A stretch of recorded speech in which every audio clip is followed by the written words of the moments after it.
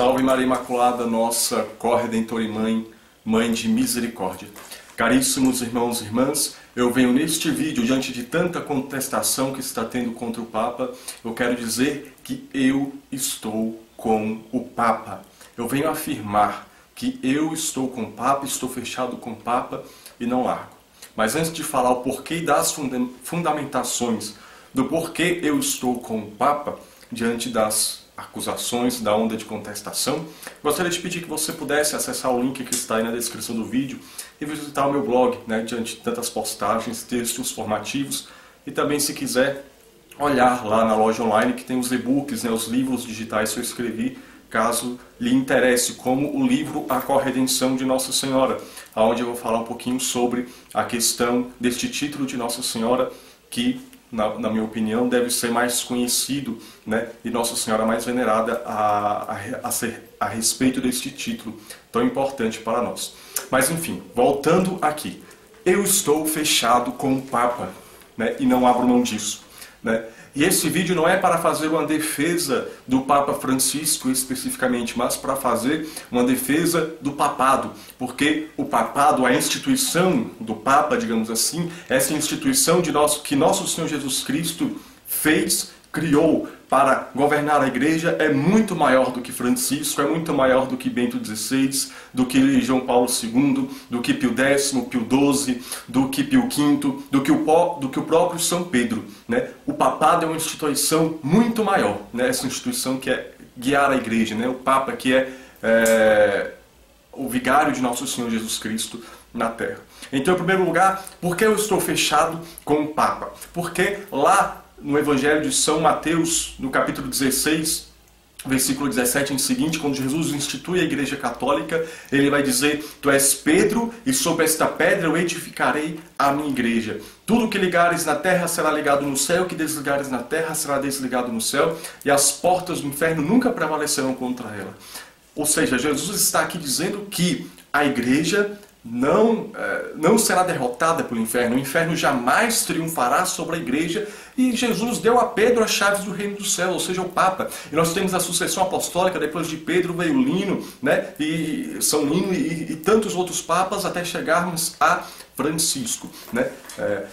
A instituição do Papa, o próprio Jesus na Sagrada Escritura, você vê, é para confirmar os irmãos. Jesus fala para São Pedro, para ele confirmar os seus irmãos na fé, que a fé dele seria peneirada, ou seja, o homem mais tentado no mundo, digamos assim, acredito que seja o próprio Papa, porque se derruba-se o Papa, se derruba-se o pastor, todas as ovelhas caem.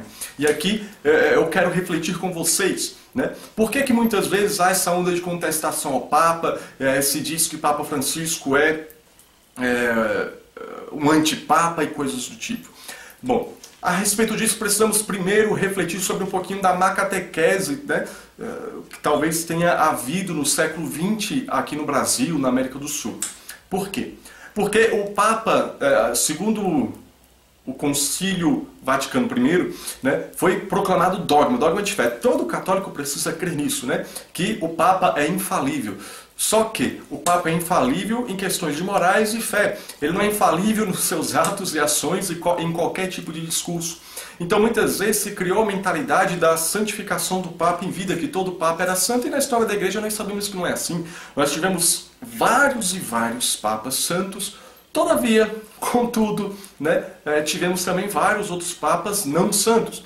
Só que aqui, especificamente no Brasil, a realidade que eu conheço, criou-se essa mística em volta do Papa. Então, quando nós vemos que um Papa fala alguma coisa mais ambígua ou alguma coisa do tipo, nós nos assustamos, Nossa, é um antipapa. Na verdade não, são questões de opinião. O Papa pode errar como eu posso errar, como qualquer outro pode errar.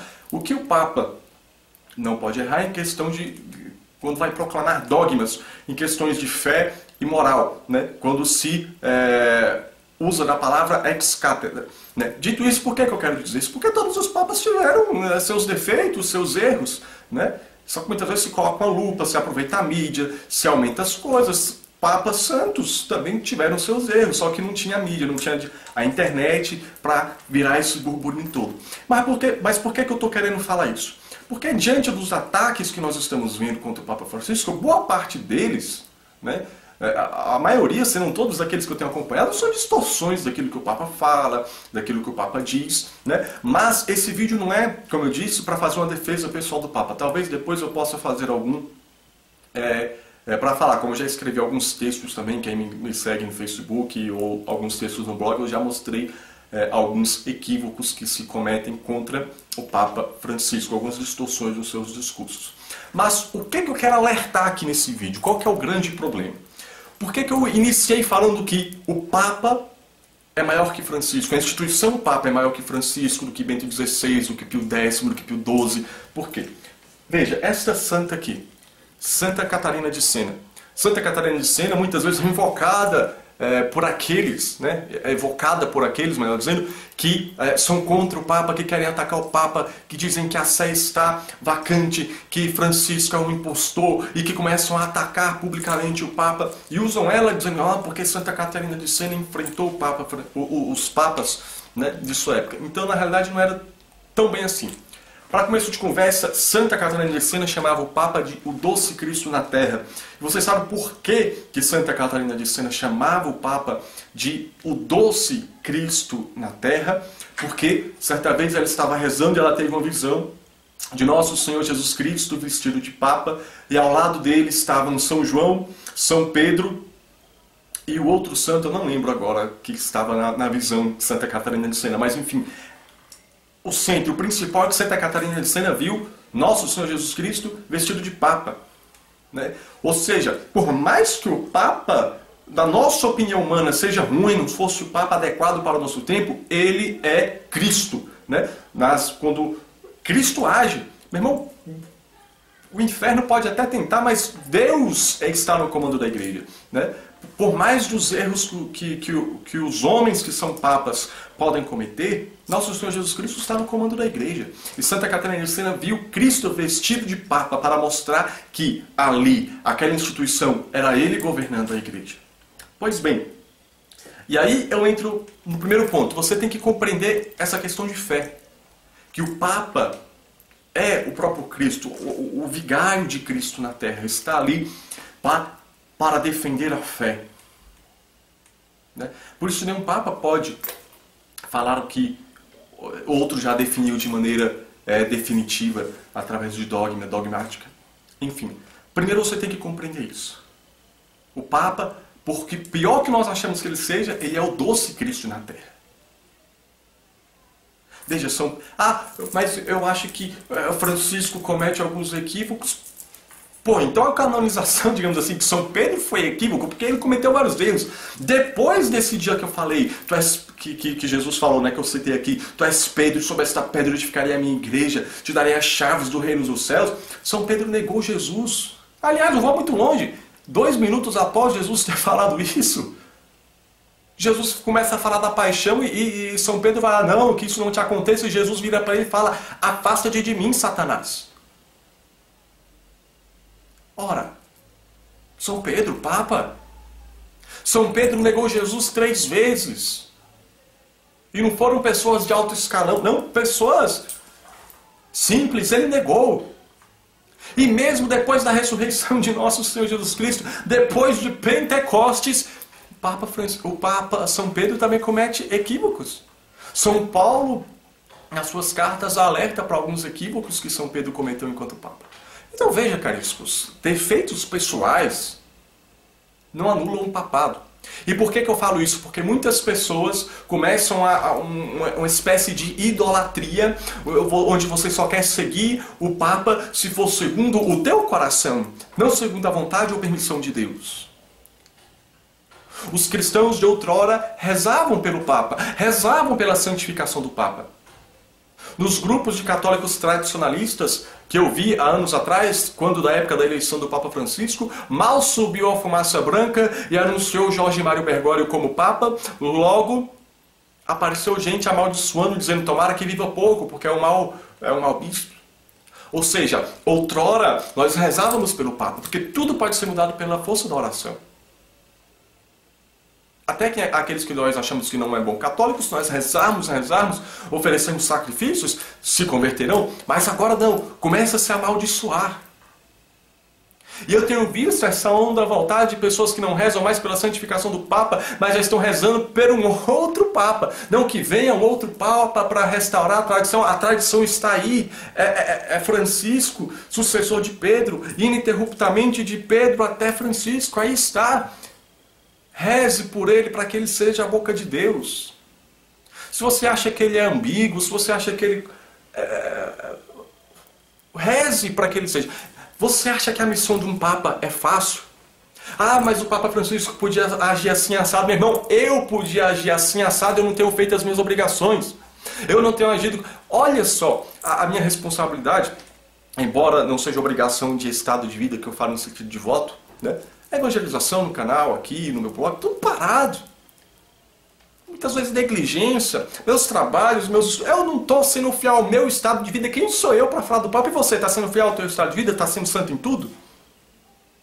Primeiro, esse ponto que eu quero que você compreenda. Na importância do Papa, né? E da dificuldade que é ser Papa. Ainda mais nessa época em que a maioria de vocês que estão falando mal do Papa Francisco falam por motivos políticos. Antes o motivo político era até legal, era bacana, não entendia nada. Aí começou-se a seguir determinados filósofos e pessoas ligadas à política. Aí começou-se a ter uma visão distorcida. Ou seja, nós começamos a olhar a fé através da política e não mais a política através da fé. Compreendem qual que está sendo o problema? E aí nós começamos a atacar, a xingar o Papa, enquanto nós não vimos isso em época nenhuma vinda dos santos. Os santos nenhum faziam este tipo de ataque. Então, antes de ir para esse ponto precioso que eu quero que você compreenda o seguinte, né? Reforçando isso que eu falei. Você tem sido fiel aos teus estados, às tuas obrigações de estado de vida? Porque veja a dificuldade que é. Eu fui coordenador de um grupo na paróquia, e que dificuldade coordenar um grupo de pessoas, poucas pessoas. Imagina um padre, imagina um bispo, imagina o Papa. Então, muito cuidado com os teus julgamentos, né? Porque o próprio Senhor Jesus Cristo disse, na medida em que medires, vós sereis medidos. Você está aí medindo o Papa, e a tua vida como é que está, né? Então, reze. Se você acha alguma coisa, reze. E outro ponto importante que eu quero trazer para vocês é a seguinte questão, né? Tem coisas que não condiz com o nosso estado de vida. A maioria das pessoas que estão aí atacando o Papa, xingando o Papa e os cambal, não faz parte da tua responsabilidade. Ah, mas eu acho que o Papa é isso. Veja, ataques ao Papa, isso pode até estar certo. Mas o escândalo que você causa é maior do que o erro que você acha que um Papa possa estar cometendo. Veja, caríssimos irmãos, nenhum santo, eu não tenho conhecimento de nenhum santo, dentro do seu respectivo estado de vida, tenha feito ataques voluntários ao Papa de sua época. Nenhum. Nenhum. São João Bosco, um grande santo da igreja. O Papa da sua época era acusado de conciliar com a maçonaria. E começou o seu burburinho hoje, né? Ah, o Papa é comunista, escambau. E começa-se os ataques. Não é que, vocês acham que é novo isso? Não é não! Por isso que eu falo que o papado é maior do que os papas. Os ataques, talvez defeitos de homens, ou as calúnias, aconteceram há muito tempo. E caluniava-se o Papa, e São João Bosco como um grande homem de Deus, um homem que também teve uma visão do Papa governando a igreja, sofrendo ataques. Ele permaneceu com o Papa, ele permaneceu com o papado. E pedia para os seus filhos não repetirem tais ataques. E simplesmente calava. Não é um calar omisso, mas é um calar orante. Para não escandalizar, para não julgar temerariamente as pessoas. E simplesmente rezar. Vídeo na internet, discurso de ódio, xingar o Papa não vai resolver nada. O que vai resolver é a tua oração. Se o Papa estiver errado, pela tua oração ele poderá se converter. Mas se você estiver enxergando as coisas erradas, pela oração você poderá enxergar com os olhos espirituais e entender a ação e as palavras do Papa. É pela oração. Ah, mas lava a boca antes de falar de Santa Catarina de Sena. Essa grande mulher nunca fez ataque público ao Papa. Ah, mas ela falava com o Papa, mandava o Papa deixar de ser covarde, virar homem, né? Na palavra mais leiga, né? Mais simples, né? Vamos resumir aqui, vira homem, deixa de ser covarde. Mas era em carta. Deixa eu ver se está aqui perto do meu livro. Não está aqui perto dos livros, que eu tenho as cartas completas de Santa Catarina de Sena. Era em carta. Ela escrevia as cartas. E escrevia para bispo, para padre, para todo mundo, inclusive para o Papa. Ela exortava firmemente o Papa. Mas em carta. Ela não saía nas esquinas das vilas escandalizando os católicos falando mal do Papa, não, sua anta. Quem escrevia nas esquinas, falava mal publicamente do Papa, era Lutero, seu burro. Era Lutero. Santa Catarina de Sena, diante de algum equívoco do Papa, de uma covardia, exortava o Papa privadamente, através de carta, para não escandalizar. Lutero é que foi escrever as suas tábuas lá, foi escrever as suas teses, né? E foi publicamente atacar o Papa. Então você está querendo bancar o católico tradicional, mas está agindo semelhante a Lutero e não semelhante a Catarina de Sena, que oferecia os seus sacrifícios, as suas orações, as suas penitências, as suas vigílias de oração pelo Papa, pela reconciliação da igreja, pela unidade da igreja. E você, tu acha que com esses teus vidinhos, compartilhando vídeo, falando mal do Papa, com teorias da conspiração, você vai resolver alguma coisa na igreja? Você está só no máximo escandalizando as pessoas. E falando que eu citei, né, complementando a questão que dentro do seu estado de vida, talvez um bispo, um cardeal, possa falar, deixa falar. Agora nós como leigos, não compete a nós falar nada. Quem sou eu para falar alguma coisa do Papa? Calai e orai. É isso que nós temos que fazer, calar e orai. Eu não posso ser condenado por Deus de omissão por um erro do Papa. Porque eu sou leigo.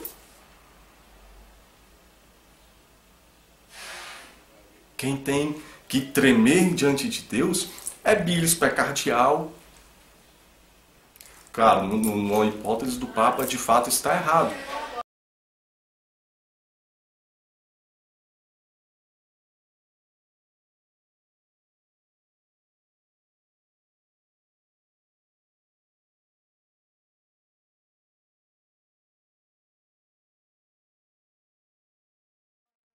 Compreende o que eu estou querendo falar?